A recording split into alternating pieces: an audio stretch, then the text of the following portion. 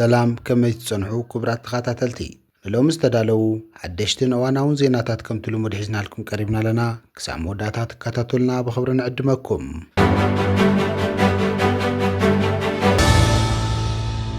ኣብ ሶርያ ብዝተፈጸመ መጥቃዕቲ ዝተለዓለ ወጥሪ እስራኤልን ቱርክን እናገደደ ይመጽእ ከም ዘሎ ተሓቢሩ ድሕረቲ እስራኤል ኣብ ሶርያ ኣብ ዝርከብ ማዓስከራት ነፈርቲ ዝፈጸመቶ ደብዳብ ኣብ መንጎ እስራኤልን ቱርክን ዘሎ ፖለቲካውን ወታደራውን ወጥሪ እናገደደ ይመጽእ ምህላው ተገሊጹ ሚኒስተር ጉዳይ ወጻኢ ሶርያ ኣሽዓድ አልሳባኒ ትማሊ 20 ሓሳ 2026 ንማዕኸናት ዜና አልጀዚራ ኣብ ዝሃቦ መግለጺ በቲ ብእስራኤል ዝተሃረመ ማዓስከር ነፈርቲ ንሓይሊ ኣየር ሶርያ ንምሕዳስ ዝዓለመ ፕሮጀክት ከም ዝነበረ ሓቢሩ እቲ ሚኒስተር ወሲኹ ወታደራት ቱርኪያ ኣብቲ ቦታ ንስልጠና ጥራሕ ይመላለሱ እኳ እንተነበሩ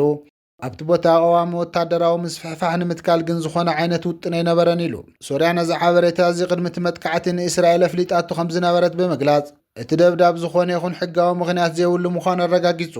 በአንጻሩ ድማ መንግስቲ እስራኤል ነዚ መጥቃዕቲ ብትሪ ተኸላኺሉ ኣሎ ቀዳማይ ሚኒስተር እስራኤል ቤንጃሚን ኔታንያሁ ኣብ ዝሃቦ መግለጺ ሶርያ ነዚ ማዓስከር ንቱርኪ ከይትህባ ጽኑዕ መጠንቀቕታ ሂቡ ከም ዝነበረ ብምዝኽኻር መልእኽትና ንጹር ነይሩ ኣየተግበርዎን ዝብል እዩ ግና ብግቡእ ዝተረድእዎ ይመስለንን ክብል ምኽንያቱ ገሊጹ ኣሎ ብተወሳኺ ሚኒስተር ምክልኻል እስራኤል ካቲዝ ንፕሬዚደንት ቱርኪ ረሲብ ጠይብ ኤርዶጋን ንሃገሩ ናብ ሓደገኛ ዕንደራ ይስሕባ ኣሎ ክብል ብምኽሳስ ቱርኪ ንውሳነ ዓቕምን እስራኤልን ክትኩንነ ከም ዘይብላ ብትረ ጠንቂቑ ብወገን ቱርኪ ሚኒስተር ምክልኻል እቲ ሃገር ንኽስታት እስራኤል መሰረት ዘይብሉ ብምባል ሙሉእ ብምሉእ ነጺግዎ ኣሎ ኣብ እዋን እቲ መጥቃዕቲ ዝኾነ ይኹን ወታደራዊ ጉጅለ ቱርኪ ኣብቲ ቦታ ከም ዘይነበረ ዘረጋገጸ ሚኒስተር ቱርኪ ንሶርያ ዓቕሚ ምክልኻል ክትሃንጽ እትህባ ደገፍ ፈጺሙ ከም ዘየቋርጽ ኣፍሊጡ ኣሎ እዚ ብእስራኤል ዝተፈጸመ ደብዳብ ድሕረቲ ኣብ ሶርያ ዝተፈጸመ ስርዓት ለውጢ ዝተኻየደ ፈላማይ ዝዓበየ ወታደራዊ መጥቃዕቲ እዩ ቱርኪ ነቲ ብፕሬዚደንት ኣሕመድ አልሻራዕ ዝምራሕ ሓድሽ መንግስቲ ቀንዲ መሻርክቲ ኮይና ከም ዘላ ይፍለጥ ተንተንቲ ፖለቲካ ከም ዝገለጽዎ ቱርኪ ንሶርያ ከም ጽግዕተኛ ሃገር ክትጥቀመላ ትደለላ ዝብል ዓብዪ ስጋኣት ኣለዎ በዚ ድማ እስራኤል ጎረባብቲ ሃገራት ድኹማት ኮይነን ከይተርፋን ኣብቲ ዞባ ዘሎ ጽልዋ ቱርኪ ንምዕጋት ዝዓለመ ቀጻሊ ወታደራዊ ስጉምቲ ትወስድ ከም ዘላ እዞም ጸብጻባት ይሕብሩ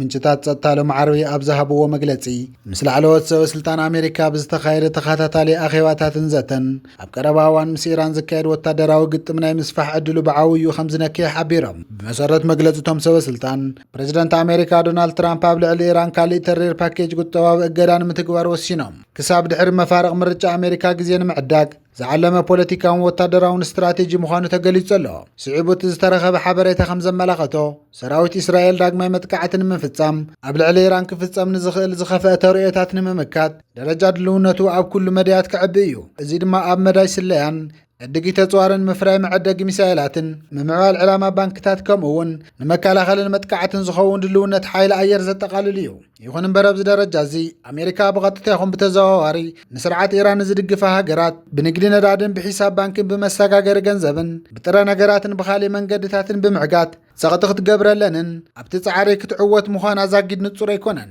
ኣብ መወዳእታቶም ሰበስልጣን ጸጥታ ብወገኖም ብዘይጽንኩር ውሳነታት ሓያል ኣፈጻጽማን ብወገን መንግስቲ ኣሜሪካን ፕሬዚደንታን ካብቲ ኣብ ልዕሊ ኢራን ዝግበር ዘሎ ጸቕጢ እቲ ዝድለ ውፅኢት ከም ዘይረክበ ግንዚቦም ኣለዉ ብኻልእ ዜና ድማ ሕፅረት ኣጽዋር ኣሜሪካ ኣሎ ዝብል ዘረባ ሓሶት ይኽብል ወሃቢ ቃል ፔንታጎን ሾን ፓርናል ብ19 ነሓሰ ንጋዜጣ ዌል ስትሪት ጆርናል ኣብ ዝሃቦ መግለፂ ሓቢሩ ናይቲ ወሃቢ ቃል መግለፂ ወሲኹ ወታደራዊ ሓይሊ ኣሜሪካ ኣብ ምድሪ እቲ ዝሓየለ ተዋጋኢ ሓይሊ ኮይኑ ይቕጽል ኣሎ ድማ ኢሉ ኣብቲ ፕሬዚደንት ዝመረፀ ግዜን ቦታን ንምውቃዕ ዘድሊ ኩሉ ኣለና ክብል ፓርናል ወሲኹ ገሊጹ ሮይተርስ ብ4 ነሓሰ ዘውፅኦ ጸብጻብ ሰራዊት ኣሜሪካን ምስ ኢራን ኣብ ዝግበር ናይ 5 ወርሕ ኩናት ካብቲ ኣዝዩ ልክዕ ዝኾነ ናይ ነዊሕ ርሕቐት ሚሳኤል ዝሓዘ ዳርጋ ኩሉ ከም ዘጥፎ ኣረጋጊጹ ክብል ጸብጺቡ ምንባር ይዝከር እዞም ናይ ነዊሕ ርሕቐት ተጽዋር ሰራዊት ካብ ውሕስ ርሕቐት ልክዕ መጥቃዕትን ምፍጻም ዘኽእሉ ኮይኖም ኣብ ግጭት ኣሜሪካን ኢራንን ወሳኒ ታራ ይጻወቱ ከም ዝነበሩ ተሓቢሩ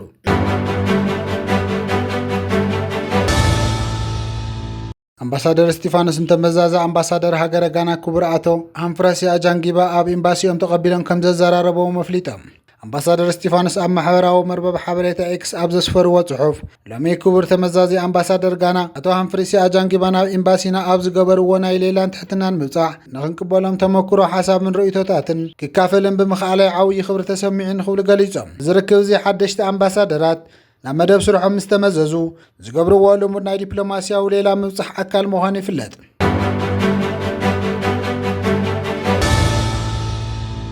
ሃገራዊ ዋዕላ መጽናዕቲ ሕርሻ ኤርትራ ን2026 ለመይ ኣብ ኣስመራ ኣብ ኣዳራሽ ዋና ቤት ጽሕፈት ሃገራዊ ፌደሬሽንን ሰራሕተኛታትን ኤርትራ ብወግዒ ተጀሚሩ። እዚ ንኽልተ መዓልቲ ዝቕጽል ዋዕላ ብስም ሚኒስተር ሕርሻ ብዝተወከሉ ዋና ዳይሬክተር ክፍሊ ኣገልግሎትን ቁፅፅርን ክትትልን ናይቲ ሚኒስትሪ ብዝኾኑ ኣቶ ተኽለኣብ ምስጋና ብዝተዋሃበ ናይ መኽፈቲ መደረ እዩ ተበጊሱ። ኣብዚ ዓብዪ መድረኽ ንጽላታት ሕርሻ ሃገርና ዝስማዕምዑ ሰፊሕቲ መጽናዕታዊ ርእስታት ቀሪቦም ኣለዉ። ካብኣቶም ቀንዲ ዛዕባታት ናይዚ ዋዕላ ኣገልግሎት ኤክስቴንሽን ተሳተፍቲ ሓረስቶትን ዲጂታላዊ ኣሰራርሓ ሕርሻ ዕቀባ ተፈጥራዊ ብዙሓትነት ከምኡውን ድሕንነት ውሕስነት ምግቢ ይርከብዎም። ብተወሳኺ ድማ ኣብ ባዮቴክኖሎጂ ሕርሻን ኣገልግሎትን ላቦራቶርን ፖሊሲ ምምሕዳር ሕርሻን ምዕባለ ንግዳዊ ሕርሻ ከምኡውን ኣብ ምቁፅጻር ለውጢ ክሊማ ዘትኮረ ዕንቆት ዘለዎም ዘተታት ኣካይዶም እዮም። ኣብዘን ክልተ መዓልትታት ኣብ ሓፈሻዊ ኾነ ብዝተፈላለየ መደባት ኣኺባ ብኽኢላታት ዝተዳለዉ ብድምር 76 መጽናዕታዊ ወረቓቕቲ ክቐርቡን ክዝተየሎምን ምዃኑ መደብና ዝረኸቦ ሓበሬታ የርድእ። እዚ ዋዕላ ኣብ መጻኢ ዕብየትን ዘመናውነትን ሕርሻ ኤርትራ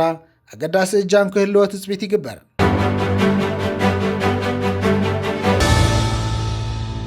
ቋሚት ልእኽቲ ሃገር ኤርትራ ኣብ ውድብ ሕቡራት ሃገራት ኣምባሳደር ወይዘሮ ሶፊያ ተስፋ ማርያም ምስ ምክትል ሓላፊ ኤዲ ኣብ መደብ ልምዓት ውድብ ሕቡራት ሃገራት ሚኒስተር ሮዝቨር ፔርሊውስ ተራኺባ ዘትያ ትማሊ 20 ናሓሰ 2026 ኣብ ቤት ጽሕፈት ኣምባሳደር ሶፊያ ኣብ ዝተኻየደ ርክብ ክልቲኦም ወገናት ኣብ ዞባዊ ጉዳያትን ሓበራዊ ተገዳስነትን ዘለዎም ዛዕባታት ብሰፊሑ ከም ዝተመያጡ ተገሊጹ። ከምቲ ዝወፅእ ሓበሬታ እቲ ዘተ ብፍላይ ድማ ኣብ ዞባ ቀርኒ ኣፍሪካ ዘትኮረ ኮይኑ ኣብቲ ከባቢ ሰላም ምርግጋእን ምትሕብባርን ብኸመይ ይረጋገጽ ኣብ ዝብል ነጥቢ ብዓሚቕ ተዳህሲሱ ኣሎ። ብተወሳኺ ኣብ ዞባ ቀርኒ ኣፍሪካ ዝረኣዩ ዘለዉ እዋናውን ፖለቲካውን ቁጠባውን ምዕባላውን እውን ኣካል ናይቲ ዘተ ከም ዝነበሩ ተሓቢሩ። እዚ ርክብ እዚ ኤርትራ ምስ ትካላት ውድብ ሕቡራት ሃገራት ዘለዋ ርክብ ንምድልዳልን ኣብ ዞባ ጉዳይ ቀርኒ ኣፍሪካ ዘለዋ መርገፂ ንምብራህ ዝዓለመ ኣገዳሲ ርክብ ምዃኑ ይግለጽ።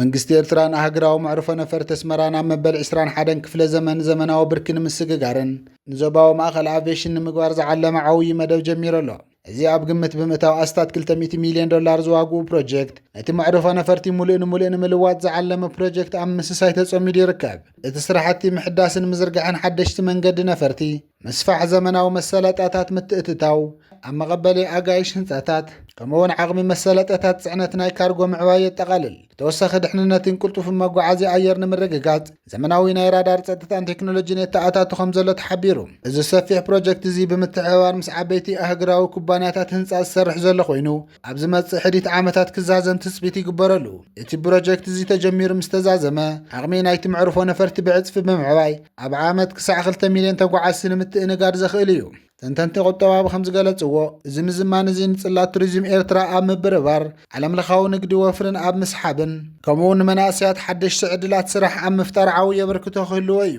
ብተወሳኺ ኣብ መንጎ ሃገራት ቀርኒ ኣፍሪካን ማእኸላይ ምብራቕን ዘሎ ቁጠባዊ ናይ መጓዓዝያ ምትእስሳር ንምድልዳል ወሳኒ ግደ ክጻወት ትጽቢት ይግበር።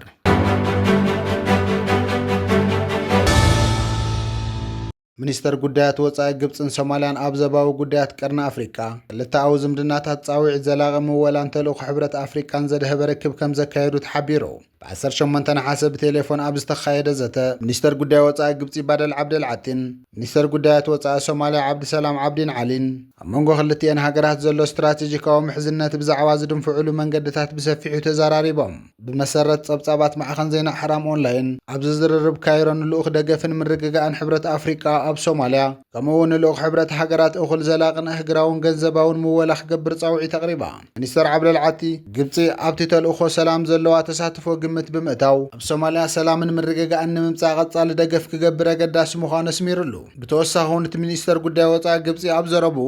ሃገሩ ንሓድነት ላዕላውነት ግዛኣት ሓድነት ሶማልያ ዘለዋ ጽኑዕ ደገፍ ደጊሙ ኣረጋጊጹ። ብተወሳኺ ንላዕላውነት ወይ ግዛኣታዊ ሓድነት ሶማልያ ከዳኽም ዝኽእል ዝኾነ ይኹን ናይ ሓደ ወገን ስጉምቲ ነጽጎ ኢና ክብል ጽኑዕ መርገጺ ሃገሩ ኣፍሊጡ። ግብፂ መንግስቲ ሶማልያ ትካላት ንምህናጽ ዓቕሚ ንምሕያልን ብፍላይ ድማ ኣብቲ ብኣንጻር ግብረ ሽበራ ዘሎ ቃልሲ ትገብሮ ደገፍ ከም እትቕጽል እውን ካይሮ ኣረጋጊጻላ። ብወገን ሶማልያ ሚኒስትር ዓብዲሰላም ዓብድን ዓሊ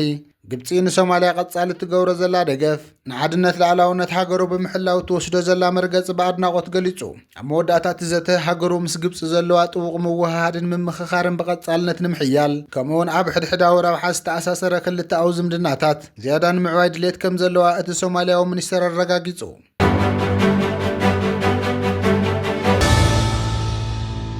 ደቡብ ሱዳን ናጽነት ካብ ትጎናጸፍ ንፈለማ ግዜ ካብ ዝካየድ ሃገራዊ መረጻ ትዳለ እኳ እንተሃለወት እቲ ንሰላማውን ተኣማንን መስርሕን መጻረይን ዘድሊ ፖለቲካዊ ጸጥታውን ሰብኣዊ መሰላትን ውሕስነት ግና ብሰፊሑ ጎዲሎ ከም ዘሎ ኣብቲ ሃገር ዝመደበሩ ኮሚሽን ሰብኣዊ መሰላት ሕብረት ሃገራት ተጠንቂቑ ንኣሰቃቂ ገበናት ምክልኻልን ስግግርን ደቡብ ሱዳን ንምውሓስን ዝብል ኣርእስቲ ዘለዎ ዓሚቕ መማኸሪ ሰነድ ዘውፅአ ኮይኑ እቲ መረጻ ዲሞክራስያዊ ትካላት ንምድልዳልን ሃገራዊ ምክፍፋል ንምክትታል ዝዓለመ ቁልጡፍ ስትራቴጂካዊ ስጉምቲ እንተዘይተወሲድሉ ዳግማይ ደማዊ ግጭት ክውላዕን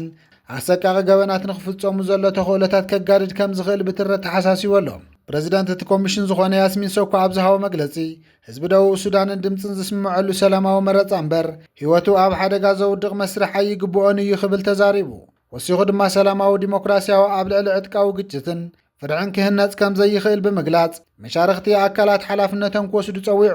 ደቡብ ሱዳን ኣብ 2011 ላዕላዊት ሃገር ኮይና ካብ እትምስረት ጀሚሩ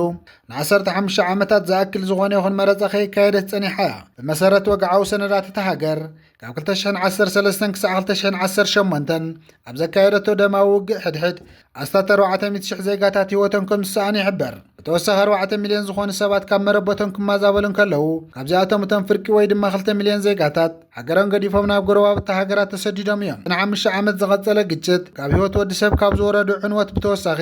ኣብ ልዕሊ መብዛሕትኡ ክፋላት ኣብያተ ትምህርትን ሆስፒታላትን ካልኦት መሰረተ ልምዓት እታ ሃገርን ኣዝዩ ከቢድ ዕንወት ከም ዘስዕበ ጸብጻብ ሕቡራት ሃገራት የዘኻኽሩ።